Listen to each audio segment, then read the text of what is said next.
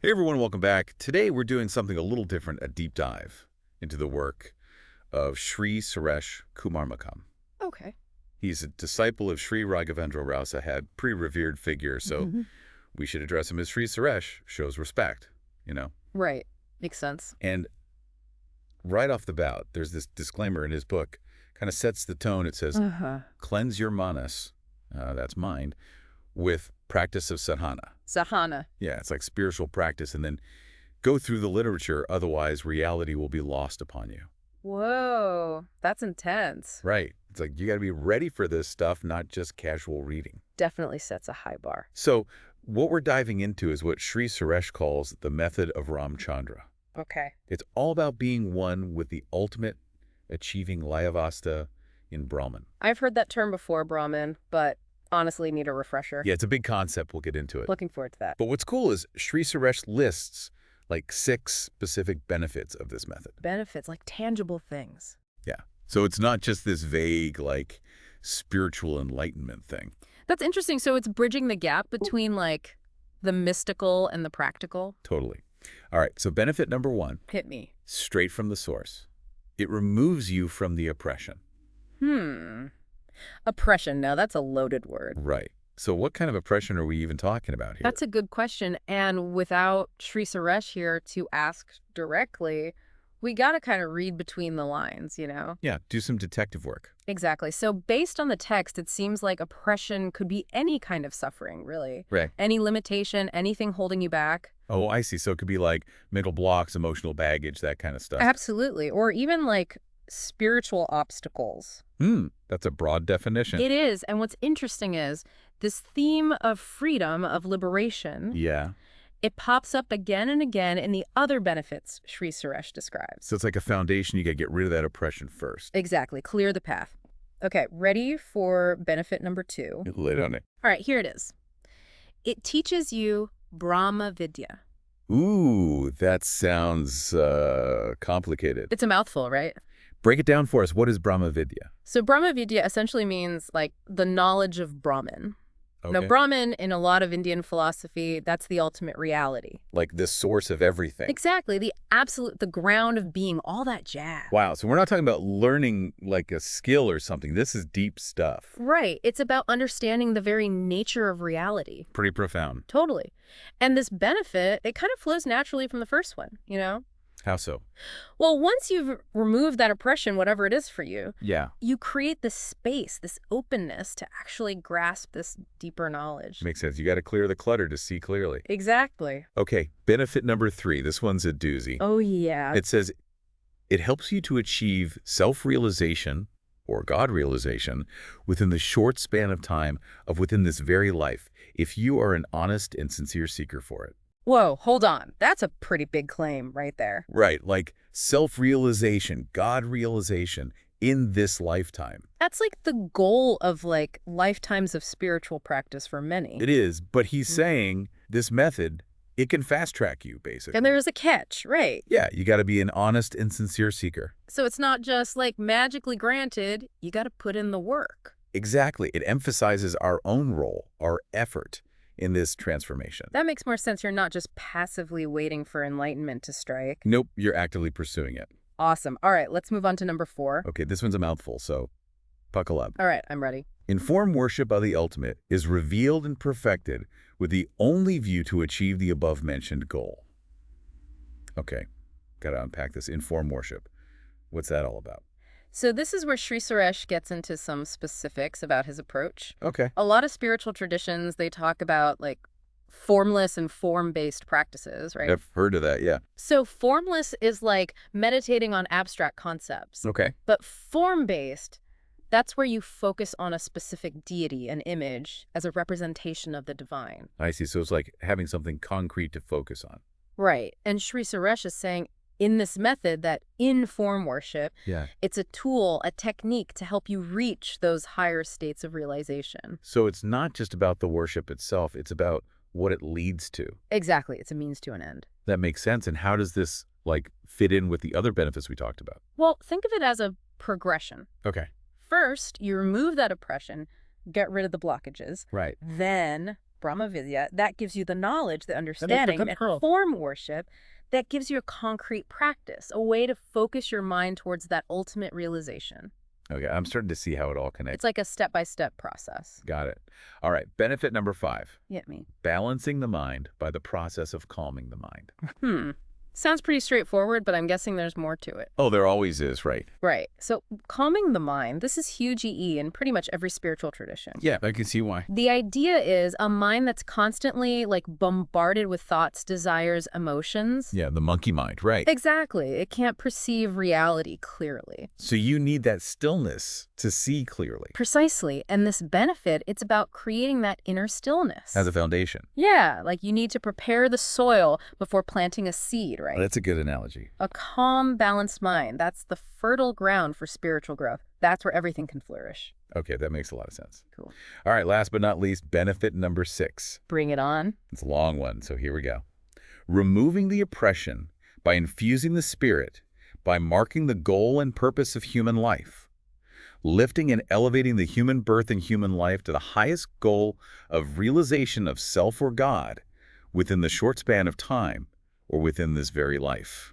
Whew, that's intense. That's a lot to digest. It is. But what's the, core message there? What's he getting at? Well, it's like he's circling back to that idea of liberation, of removing oppression. Right. That seems to be a key theme. But now he's linking it to finding your purpose, infusing your life with spirit. So it's like, by tapping into our spiritual core, Yeah. we not only break free from suffering, but also, discover why we're here. Exactly. And elevate our entire existence in the process. That's a pretty powerful idea, but how do we actually do this? Yeah, what's the practical side? What's the mechanism? Right, what's the key to all this transformation? Well, this is where things get really interesting. Oh. Shri Suresh says, thought and thought power is the way and means to achieve the objective. Wait, thought. He's saying our thoughts are the key. That seems to be the central premise of his method. Yeah, that's a big statement. He even goes on to say, the thought power in its original form has the power of the very ultimate. Rather, the ultimate's power form is the thought in its original form. Whoa, so he's elevating thought to this cosmic level. Right. It's like thought is the primal energy of the universe. Okay. My mind is officially blown. I know, right? It's a pretty radical shift in perspective. So we're not just talking about positive thinking. This is something way deeper. Yeah, it's about understanding the inherent power of thought itself, how it shapes our reality. We definitely need to unpack that more. But before we do, Yeah. I'm curious about the practical side of things. How do you actually practice this method? Good question, because it's not just sit down and think good thoughts. Right. There must be some technique, some approach. He does give some guidance on that. Oh, good. What does he say? So here's a key passage. The practicant or practitioner, when intended to practice this method of practice for the above set goals and benefits, he should use the same medium, the thought or thought power, only for the application of means, i.e., as the thought is light, subtle, fine, invisible, and its sole ownership lies with the human only. And for that, he should adopt the same means. The adoption means should be gentle, subtle, supple, light, lighter than air, or lighter than the fine fragrance of the rose, in a slow and steady manner in order to obtain defined results. Okay, wow, that's quite a mouthful. It is, right, but there's some beautiful imagery there. Yeah, I'm getting this sense of thought as this delicate, subtle force. Exactly. It's not about forcing or manipulating thought. It's about cultivating this refined awareness. And he's really emphasizing that gentleness, that slow and steady approach. It reminds me of meditation, but instead of focusing on your breath, you're focused on thought itself. That's a great connection. It does feel very meditative. Right. And it makes me wonder, is this something anyone can do? That's a good question. It sounds like it takes some serious mental discipline. It does. It's not just about, positive thinking. It's about this deep level of awareness and control. It's one thing to notice your thoughts, but to actually direct them with that kind of precision. It's a skill. It takes practice. But it makes me think maybe you need some guidance, some instruction to really get this right. Oh, that's a great point. And actually, Shri Suresh does mention that. He does? Yeah, he talks about, inner making, thorough cleansing, core sustenance. What's all that about? And he mentions support from Acharya Deva. Acharya Deva. Yeah, it seems to refer to a teacher, a mentor. So this isn't something you can just figure out on your own. That's what the text implies. There might be inner obstacles, things that need to be cleansed, before you can really progress. And core sustenance. What's that? That's where it gets even more interesting, because he mentions pranaha, the transmission. Whoa, okay, now we're getting into some mystical territory. It sounds like some kind of energetic transmission from the teacher. So the teacher isn't just providing information, they're also, like, transmitting something energetic. That's how I'm understanding it, and this is a common theme in a lot of spiritual traditions. Right, the idea of a lineage of knowledge and energy being passed down. Exactly, and it makes sense. Some things you can't learn just from books. You need that direct experience, that connection with a teacher. It's like having a map and compass when you're exploring uncharted territory. Right, the teacher helps you navigate the path. And in this case, the destination is nothing less than self-realization or God realization. Pretty high stakes. It is, but it's also incredibly inspiring, don't you think? Yeah, it is, and we've covered so much ground already. I know, right? And we're just getting started. I feel like my mind is still swirling with all these new concepts. That's totally understandable. This is deep stuff, but you're picking up on the key points. What stands out to you as the most important takeaway so far? For me, it's this interconnectedness of the benefits. Like, it's not just a random list. Right. Each one builds on the last. It's like a pathway. Yeah, and that central role of thought, that's huge. It is. It really challenges our usual understanding of thought. Like, it's way more powerful than we usually give it credit for. Exactly. And that need for guidance for a teacher, that also struck me. Me too. It highlights the importance of learning from someone who's already walked the path. Exactly. Like the saying, when the student is ready, the teacher will appear. Maybe we need to go find ourselves a teacher. Maybe so. But before we set off on a spiritual quest, let's wrap up this part of our deep dive Sounds good to me. and leave our listeners with something to ponder. What question do you have for them? Well, we've been talking about the power of thought, right? Yeah. But it makes me wonder, if thought is that powerful, what responsibility do we have to use it wisely? That's a great question, and I think it's a much-needed reminder we can't just use this power recklessly. Exactly. There's an ethical dimension to all of this. Right. Just because we can shape our reality with our thoughts doesn't mean we should do it without thinking about the consequences. That's a powerful takeaway. So that's it for this part of our deep dive into the work of Shri Suresh Kumar Makam. We hope you're enjoying the journey so far. It's definitely a mind bender, but in a good way. Definitely, and we encourage you to keep exploring these ideas, dig deeper into the power of thought. And hey, maybe even seek out some guidance if you're feeling inspired to start your own spiritual journey. That's a great idea. Until next time, keep diving deep. And keep those thoughts flowing.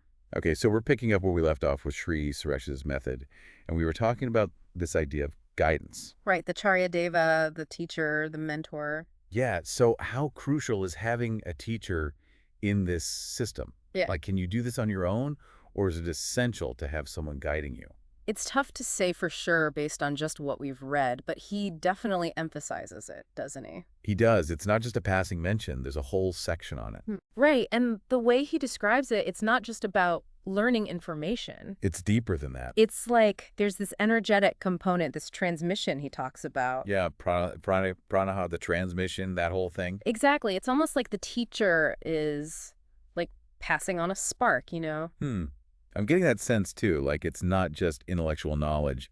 There's something more. Right, and this makes me think about all those spiritual traditions where lineage is so important. Yeah, where the teachings are passed down from master to student. It's like some things you can't learn from a book. You need that direct experience, that connection with a living teacher. I can see that. Like, there are certain subtleties, certain nuances that you might miss if you're just reading about it. Exactly, and when we're talking about something as profound as self-realization, Yeah, the stakes are pretty high. you want to make sure you're on the right track, you know? Definitely. And having a teacher, someone who's already walked the path, can help you avoid those pitfalls, those wrong turns. It's like having a guide in a dense forest. You're less likely to get lost. That's a good analogy. And Shri Suresh also talks about this inner making and cleansing. Oh, yeah, those are important concepts, too. What do you think he means by that? Well, inner making, I'm thinking it's about developing the right qualities, the right mindset for this practice. So it's not just about the techniques. It's about who you are as a person. Right, like you need a certain level of inner stillness, a certain clarity of thought. to even begin this work. Exactly. And then the cleansing, that suggests that there might be some stuff to clear out. Like emotional baggage, limiting beliefs, that kind of thing. Absolutely. Those things can get in the way. They can block your progress. And the teacher helps you with that. It seems so. Like they can guide you through that process of clearing out the old stuff, making space for the new. It's like decluttering your mind to make room for something bigger. That's a great way to put it. And it makes me think this whole method, it's not just about techniques, it's about transformation. Yeah, it's about becoming a different kind of person, someone who's capable of realizing those higher states of being. Exactly. And that transformation, it seems to happen on multiple levels, not just mentally, but also energetically, maybe even spiritually. That's what makes this so fascinating. It's not just one thing, it's this whole integrated approach. Right. And the teacher is a key part of that. They're like a catalyst helping you accelerate that transformation. Okay, so we've talked about the importance of guidance, the role of the teacher, Yeah, we've gone pretty deep on that. but now I'm curious, what about the actual practice itself? Like, what does it look like to work with thought power in this way? That's a great question. And honestly, I wish we had Shri Suresh here to demonstrate it for us. That would be amazing. Yeah. But based on what we've read, can we piece together some kind of picture? I think we can. Remember that long passage he wrote about the qualities of thought? Yeah, the one where he compares it to, like, the fragrance of a rose. Exactly. That passage gives us some clues about how to approach this practice. Okay, so let's break it down. What are some key takeaways? Well, first of all, he emphasizes that thought is subtle, it's light, it's almost invisible. Right, it's not like a physical object that you can grasp. Exactly. And that suggests that the way we work with it is also going to be subtle, gentle, not forceful. Okay, so no brute force, no trying to muscle your way through. More like nudging, guiding, almost like whispering to your thoughts rather than shouting. That makes sense.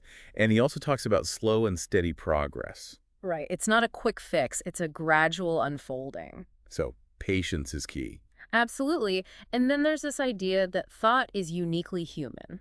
What does he mean by that? Well, he says its sole ownership lies with the human only.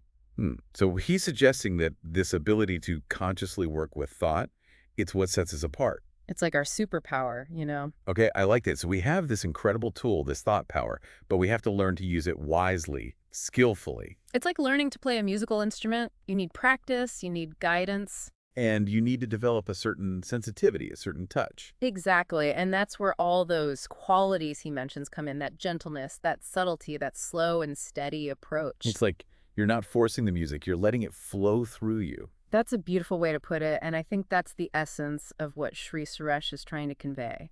It's about cultivating that inner harmony, that alignment between our thoughts, our intentions, and the ultimate reality. It's about becoming a conduit for that higher power, that divine energy. Okay, that's pretty profound stuff, and I'm sensing there's a lot more to unpack here, but we're running out of time for this part of our deep dive. I know, we could talk about this all day. We could, but we'll have to continue this exploration next time. Sounds good to me. So, until then, keep those thoughts flowing. And keep diving deep. All right, so we've been talking about Shri Suresh's method, this idea of thought power and the role of the teacher, and I gotta say, it's pretty mind-blowing stuff. It is, right. It's like he's giving us this whole new way of looking at reality, at our own potential. And one thing that keeps coming up for me is this idea of inner making and cleansing. Like, is that something you have to do before you even start working with thought power?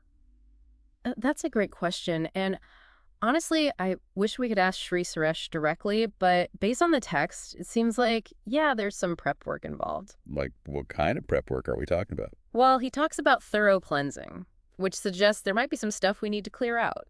Like mental and emotional baggage. Exactly. Those things can definitely get in the way of, like, perceiving reality clearly and working with thought power effectively. So it's like you need to declutter your mind first, create space for something new. That's a great way to put it. And then there's this inner making, which I'm thinking is about cultivating the right qualities, the right mindset for this practice. So it's not just about techniques, it's about who you are as a person. Exactly. Like your character, your intentions, those things matter too. It makes sense. You can't build a strong house on a shaky foundation. Exactly. You need that solid ground, that inner stability. And that's where the teacher comes in. right? They help you with all that inner work. It seems so, yeah. They guide you, support you, help you clear out those obstacles. And they also provide that transmission he talks about, that pranasa pranaha. Right, that's the really mysterious part. Like, what is that exactly? It's like some kind of energetic boost, some kind of empowerment. That's how I'm understanding it, and it's something you can't get from a book. You need that direct connection with a teacher. It's like they're passing on a torch, a flame, to help you light your own way. That's a beautiful image. And it highlights the importance of lineage in these traditions, the idea that the teachings are passed down from generation to generation. It's like a chain of wisdom, and you're becoming a link in that chain. Exactly. And that connection to the lineage, it's not just symbolic, it's energetic. It's real. So we've got the inner preparation, the cleansing, the guidance from the teacher. But what about the actual practice itself? What does it look like to work with thought power in this way? That's the million-dollar question, isn't it? And again, I wish Sri Suresh was here to give us a demo. Me too. But maybe we can glean some insights from what he's already written. I think we can remember that passage where he compares thought to the fragrance of a rose? Yeah, he's really emphasizing the subtlety, the gentleness. Right. It's not about brute force. It's about finesse, about working with thought in a refined way. So now, like trying to mentally wrestle your thoughts into submission. More like coaxing them, guiding them, almost like dancing with them. That's a nice image. And he also talks about slow and steady progress, right? Exactly. Patience is key. There's no quick fix here. It's like you're cultivating a garden. You got to nurture it, tend to it, and wait for it to blossom in its own time. That's a perfect analogy, and I think that's what makes this method so powerful. It's not just about techniques, it's about a whole way of being. It's about aligning yourself with the flow of life, with the ultimate reality. And thought power in this system, it's like the bridge that connects you to that reality. Wow, okay, so we've covered a lot of ground, and I gotta say, my mind is buzzing with all these ideas. Me too. It's a lot to take in, but it's also incredibly inspiring. It is. It's like he's opening up this whole new world of possibilities. And reminding us of the power we have within, the power of our own minds. So as we wrap up this deep dive into the work of Shri Suresh Kumar Makam, what's the one key takeaway you'd want our listeners to remember? I think the most important thing is to remember that thought is not just something that happens to us. It's something we can actively work with, cultivate, and direct. It's a tool, a powerful tool.